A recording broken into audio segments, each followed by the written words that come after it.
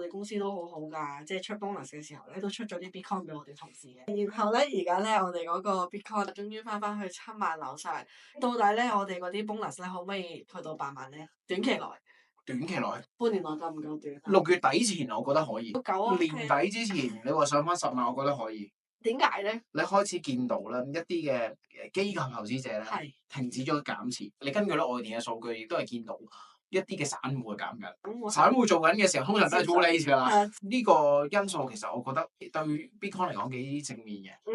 嗱，第二即係散戶開始沽就對 Bitcoin 嚟講正面。係啊，因為你開始歸邊啊嘛呢個。係好合理，好多嘢都係咁嘅，IPO 都係咁啊。係同埋其實大家我哋成日都講嘅 Bitcoin 其實本身有一啲次要嘅避險需求，係佢可以擔當到部分分散投資嘅作用。你見到啲央行喺過去幾年，佢哋都係做緊一個去美元化嘅進程。